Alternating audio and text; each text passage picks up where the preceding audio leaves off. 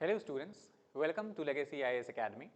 Today we have come with yet another topic that is right now in news, going on for few days before, that is about the Mullaperiyar Dam issue.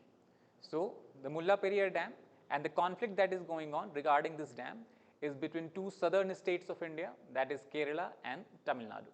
So, today our purpose is to understand with a brief background that what is the main issue with the Mullaperiyar Dam and why the two states are in conflict and what can be the possible way forward for both the states to move on this particular issue. So, let us start with the slight background regarding Mullaperiyar Dam issue. So, first if you look at the geography of the Mullaperiyar Dam, it is a type of masonry gravity dam that has been built on the Periyar River. So, let us try to understand that what is a masonry gravity dam. So, masonry gravity dam is a dam that is built by using heavy stones or mortar, and the main objective or the main we can say the way how this dam prevents movement of water is by using its strength or by using its weight. So, for example, here the Mullaperiyar Dam has been built by a stone mason. So, stone masons are then put on the foundation and then it resists the horizontal flow of water by preventing it from moving due to the friction between the foundation and all the weight of the stones. That is one type of dam built on the Periyar River. Periyar is one of the longest river of state of Kerala and is also considered as the lifeline of Kerala. The reason is because it drains a large area of Kerala, provides irrigation water, provides drinking water, as well as a large percentage of Kerala's hydroelectricity generation is being done on the Periyar River. Overall length of this river is almost, we can say, 240 kilometers long. Then the next point we can see from here, this diagram, this is the this image, this is the Mullaperiyar Dam. These are all the rock blocks or stone mason blocks that has been used to build this dam. So, in state of Kerala, and we can see the construction of this dam, though the idea about this dam, or we can see the main reason for construction of this dam was to divert the west flowing rivers of India. For example, Periyar flows toward Arabian Sea, that is the west flowing river of India. So, to divert the excess water that is flowing toward west in Arabian Sea toward the eastern arid region of Tamil Nadu at that time. But this plan was first of all mooted somewhere in 1780s, 1790s, but that time after the feasibility study, it was found that the engineering challenge, there is very severe engineering challenge, and apart from that, this area is also surrounded by dense forest and there is a lot of mosquitoes, and that due to this the laborers were not interested in working in this area. So, this idea was dropped, but later on somewhere again this idea was picked up by British rulers, and somewhere between 1887 to 1895, almost 8 years it took for this dam to be completed, and the main engineer who was responsible for construction of this dam was Colonel John Pennywick, who was a British engineer. Apart from that, if you look at some other important points about this Mullaperiyar Dam, so it is a confluence of two rivers are there. One is Mullaperiyar River and other is the Periyar River. Both of these rivers originate from the western Ghat regions of Kerala, and then at the confluence we have built up this dam. Overall, the dimension wise, if you look at this dam, is about 177 feet high and almost 365.7 meters long, and its capacity is to sustain a water of almost 142 feet. Now, let us try to understand that what are the main reasons of dispute between both governments. So, let us try to look at the historical background of this dam. So, somewhere around in 1886, that time the state was called as Travancore state, and on the other side the other party was the British government. So, between Travancore state and the king of Travancore, Maharaja of Travancore was Bisakham Tirunal Ramavarma. He signed a 999-year Periyar lease deed, under which the control, development, as well as the, we can say, monitoring of the whole Periyar Dam was sent, or we can say this British government was made the authority figure for that particular reason. And somewhere as we discussed, in 1895 the construction of dam was completed, and after this independence of India happened in 1947, and somewhere around in 1956 actually by the States Reorganization Act, the formation of a new state of Kerala occurred. Now, what happened?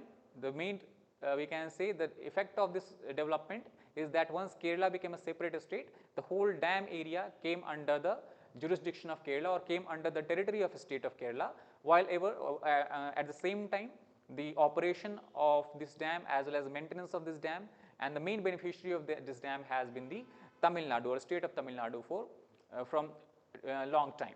So, due to this a conflict started to occur, and somewhere in between 1950 to 1965, the state of Tamil Nadu also started to generate or use the water that is they diverted from this Mullaperiyar Dam for generation of power, and did not even take consent from Kerala regarding this. And at the same time, in this time, the questions regarding the safety of this dam came into picture, because some leakages were observed that were happening from different parts of the dam. At the same time, Tamil Nadu commissioned another hydropower project somewhere in year 1965. Then again there was dispute, and Kerala and Tamil Nadu both governments, since as we discussed the lease deed was signed somewhere in 1899, so it was a old this lease deed, and Kerala were always trying to renew this lease, and that is why in 1970 both state government came together and amended the original lease deed or amended the original contract. And after this amendment, there were certain advantages that occurred or accrued to Kerala. First is that up till now, till 1970, as Kerala had given almost, or this whole dam area occupies almost 8,000 acres of land.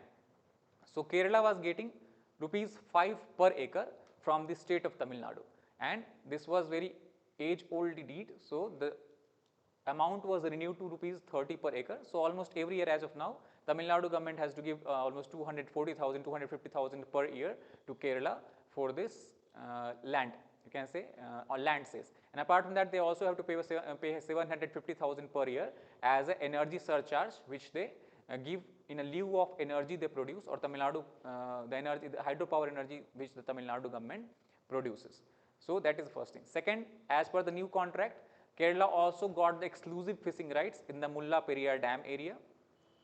And not only that, even as the Periyar National Park lies in the course of Mullaperiyar Dam or in the course of Periyar River, it was also agreed between both the governments that the revenue generated from wildlife tourism in the Periyar National Park will solely belong to government of Kerala and will be given to it.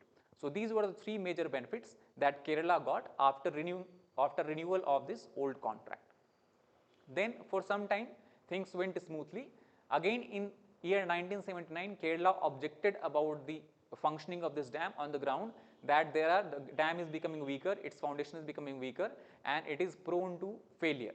And on this demand of Kerala, or on this logic, K.C. Thomas, who was the then head of the Central Water Commission, which is a body that functions under Ministry of Water Resources, a tripartite meeting was held chaired by this head of the Central Water Commission along with the state government of Tamil Nadu and state government of Kerala. And after the inspection, the K.C. Thomas said that up to this point, Tamil Nadu used to maintain a water level of up to 152 feet in the dam of this Mullaperiyar, but after this, K.C. Thomas suggested that the water level should be brought down to almost 136 feet, and during this time, Tamil Nadu will work for restoration of this dam, for re-strengthening of this dam, and until this work is complete, the water level should not exceed 136 feet. Now Tamil Nadu agreed to this, Kerala agreed to this. Somewhere in 1990s, till then the restoration work Tamil Nadu government has completed, the strengthening work has been completed, and Tamil Nadu again started to raise this demand that now again water level in Mullaperiyar Dam, which was restricted to 136 feet, should be raised, as it had already completed the restoration task assigned to it. However, Kerala objected to this demand, and this kind of dispute went on for some period of time, unless and until an important development happened in year 2006, when a Supreme Court, the matter was referred to Supreme Court, when the Kerala government was not allowing Tamil Nadu government to increase the water level in the Mullaperiyar Dam, and then Supreme Court allowed Tamil Nadu government to raise the water level from 136 to 142 feet.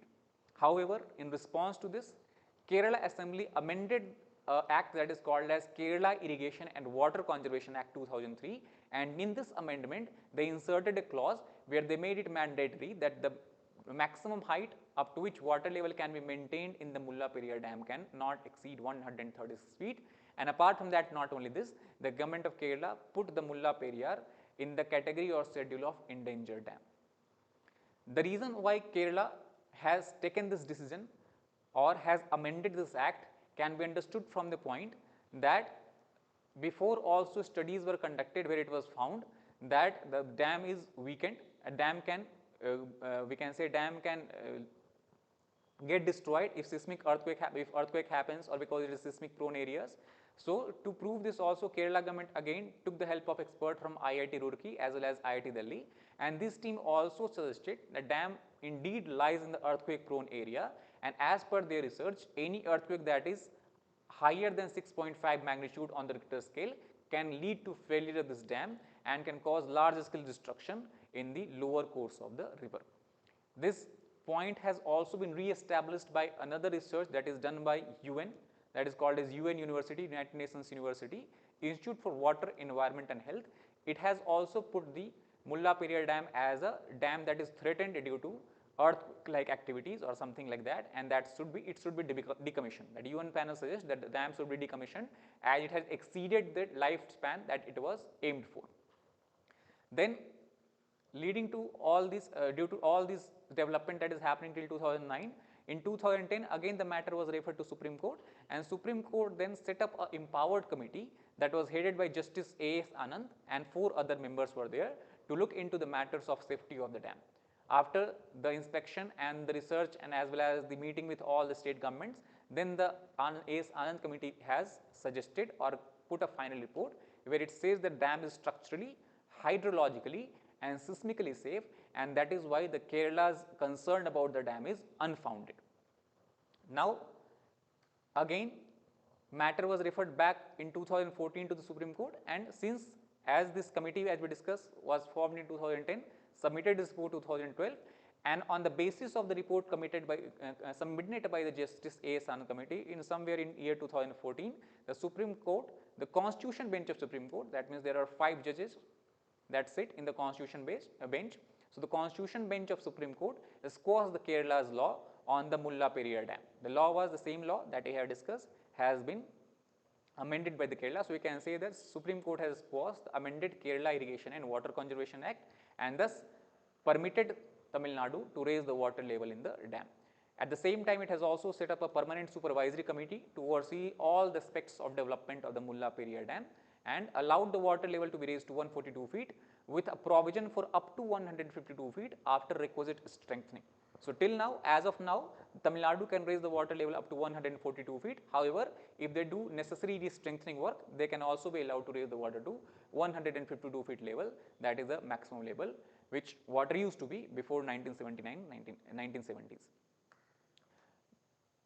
So after this, we can say, now if we try to understand what has been the recent development or why we are talking about this particular issue right now. So the reason is because there has been delayed withdrawal of monsoon from India, South India this year, and that is why there is a heavy rains that Kerala is witnessing, and that is why in the wake of this heavy rain that is lashing Kerala these times, the state government of Kerala requested Tamil Nadu government to not let the water level in the Mullaperiyar Dam exceed 137 feet, as any higher water level can cause spillaway and can cause flood in the lower region of Kerala or the central region of Kerala. And taking that into cognizance, Supreme Court has also directed to the Tamil Nadu government that the maximum water level in Mullaperiyar Dam should not exceed 139.5 feet until at least November 10, until the scenario of all this rain can be we can say overlooked or can go away. Then if we try to understand that is the fear of Kerala founded on some solid basis, so let us try to understand from the past examples.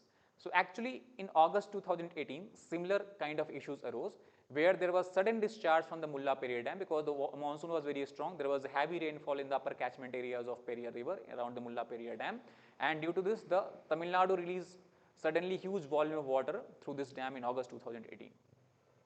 Leading to this release, there was excess water that has flowed downstream to the Idukki reservoir. If you try to look at this map from here, here we have Mullaperiyar Dam and slightly downward we have Idukki reservoir in Kerala.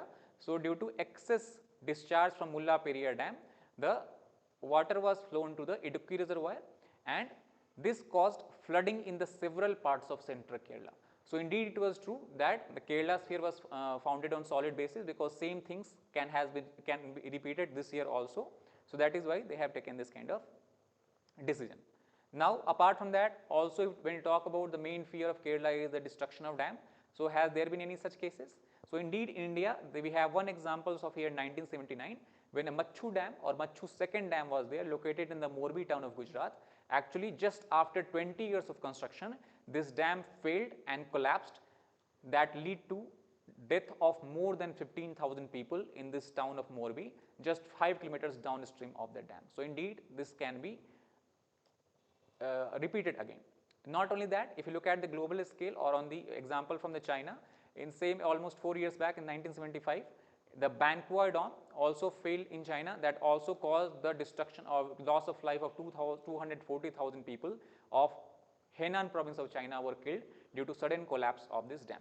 So this is the picture of the Chinese dam that collapse. You can see from here. This is the wall, but due to heavy flooding as well as rapid movement of water or strong force of water, you can see this part of dam has totally given up. Okay, this is the destruction of this bridge that was in the way of Machu Dam. So the movement of water was so intense that it caused the destruction or collapse of the whole bridge. So indeed, the fear can be say is founded. Now let us try to understand what are the stakes for both states and why both states are fighting regarding the dam. So we have Tamil Nadu on one hand and we have Kerala on the other hand. So what is at the stake for the state of Tamil Nadu? So first thing is that Tamil Nadu depends largely, not whole Tamil Nadu, but the southern 4-5 districts of South Tamil Nadu.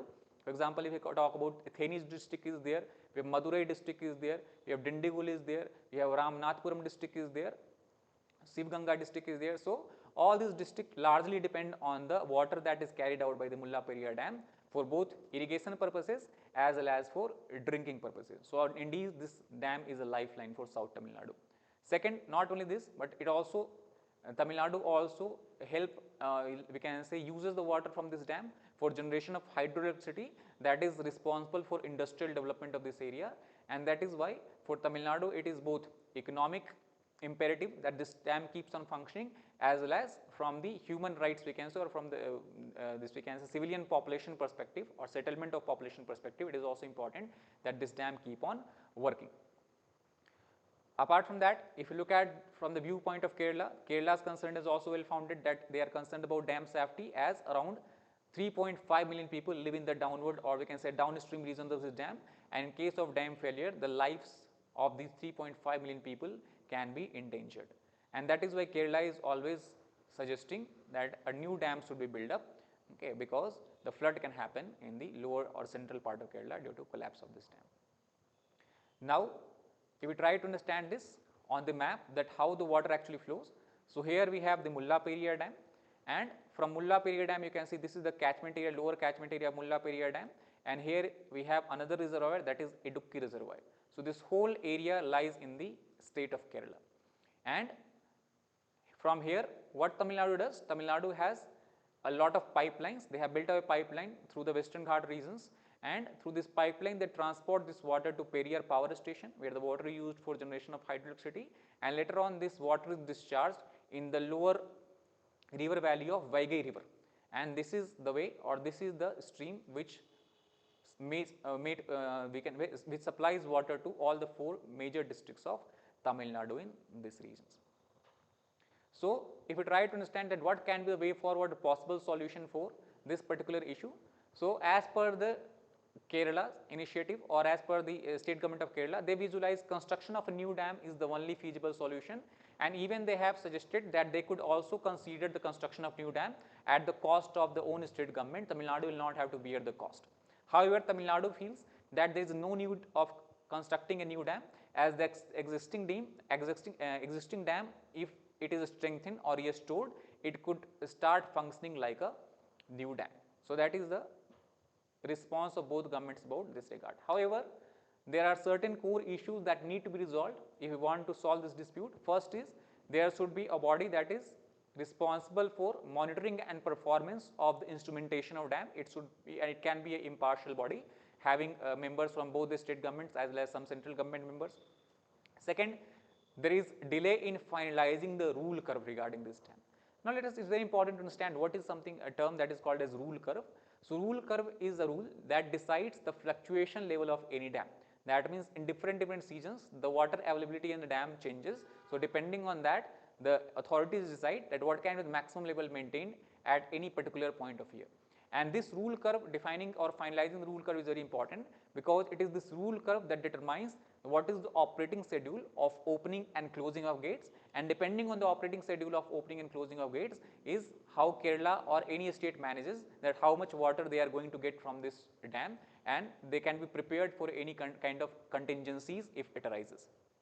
So these are three major issues, and this is the issues on which both state governments should come together and address the issues urgently and take care of these three things.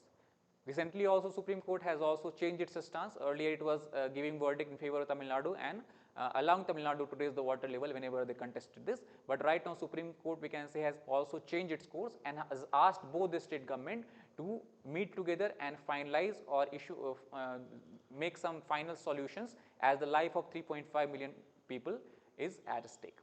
So that is the whole issue concerning Mullaperiyar Dam. I hope you enjoyed this session. We will come soon with another interesting and new topic. Till then, take care, and if you like this video, please like, share and subscribe. Thank you very much.